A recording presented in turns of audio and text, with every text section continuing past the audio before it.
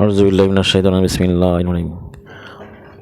প্রিয় মুমিন ভাইদের, আজকের ভিডিওটা হচ্ছে আজকের ভিডিওর বিষয়বস্তু হচ্ছে কঠিন রোগ থেকে মুক্তি, অকাল মৃত্যু হতে রক্ষা পাওয়া ও আয়ু বৃদ্ধির আমল এবং সবাইয়ের সমস্ত মাখলুকাতের মহব্বত পেতে এবং সমস্ত মাখলুকাতের মহব্বত পাওয়ার আমল। কঠিন রোগ থেকে মুক্তি পাওয়া যাবে এবং সমস্ত মাখলুকাতের মহব্বত পাওয়া যাবে এই আমলটা করতে পারলে। আগে আমলটা শুনেন। আমলটা হচ্ছে সূরা আলে ইমরান 103 নম্বর 4 নম্বর আয়াত। সূরা আলে ইমরানের 103 ও 4 নম্বর আয়াত। ঠিক আছে, 103 ও 4 নম্বর আয়াত। তো আয়াতটি শুনে, আয়াতটি হচ্ছে বিসমিল্লাহির রহমানির রহিম। ওয়াতাসিমু বিহাবলিল্লাহি জামিয়ান ওয়ালা তাফাক্কারু ওয়াজকুরু নিয়ামাতাল্লাহি আলাইকুম ইজ কুনতুম আদাআন ফাআল্লাফা বাইনা কুলুবিকুম ফাআসাহুতুম বিনিয়ামাতিহি ইখওয়ানা ওয়া কুনতুম আলা শাফা হুফরাতিম মিনাল নারি ফাআনকাযাকুম মিনহা কাযালিকা ইউবাইনুল্লাহু লাকুম আয়াতিহি লাআল্লাকুম তাহাতাদুন।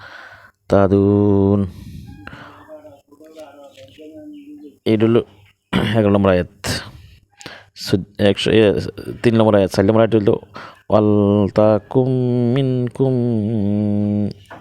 উম্মাতুন ইয়াদউনা ইলাল খাইরি ওয়া ইয়ামারুনা বিল মারুফি ওয়া ইয়ানহাউনা আনিল মুনকারি ওয়া উলাইকা হুমুল মুফলিহুন। এই আয়াতটারে আপনারা ভালো মতো মুখস্থ করবেন, করার পরে তেলাওয়াত করবেন প্রতিদিন 3 বা 3 বার করে। এই আয়াতের অর্থ হচ্ছে তোমরা সকলেই আল্লাহর রশিকে শক্ত করে ধরো।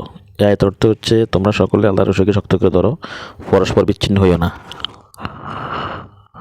আর তোমরা সেই নিয়ে আমাদের কথা স্মরণ করো।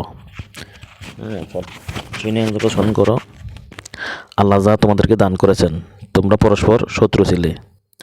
আল্লাহ পাক তোমাদের মনে বন্ধুত্বের জন্য মহব্বত দান করেছেন, ফলে তোমরা আল্লাহর অনুগ্রহে পরস্পর ভাই ভাই হয়েছ। তোমরা এক অগ্নিকুণ্ডের পাড়ে অবস্থান করেছিলে, অতঃপর তা থেকে আমি তোমাদেরকে মুক্তি দিলাম। এইভাবেই আল্লাহ তার নিদর্শন সমূহ প্রকাশ করেন, যাতে তোমরা হেদায়েত প্রাপ্ত হও। আর তোমাদের মধ্যে এমন একটি দল থাকা উচিত যারা আহ্বান করবে, সৎ কাজে নির্দেশ দিবে, ভালো কাজে আদেশ করবে, মন্দ কাজে বারণ করবে। এটাই হলো সফল কাম। তো এই আয়াতটারে কি করবেন আপনারা মুখস্থ করে নেবেন। এটার মুখস্থ করে নিয়ে এটার প্রতিদিন পাঠ করবেন। যদি পারেন কিছুদিন আমল করে নেবেন, 101 বার করে পাঠ করবেন। 40 দিন 101 বার করে পাঠ করবেন। এরপরে শুধু আমলে রাখবেন, দৈনিক 3 বার করে পাঠ করবেন। তো এই দেখবেন সকল মাখলুকাতে মহব্বত পাবেন এবং যে কোনো এই আয়াত দিয়ে যে কোনো রোগীর চিকিৎসা দিলে সে ইনশাআল্লাহ সুস্থ হবে আল্লাহর রহমতে।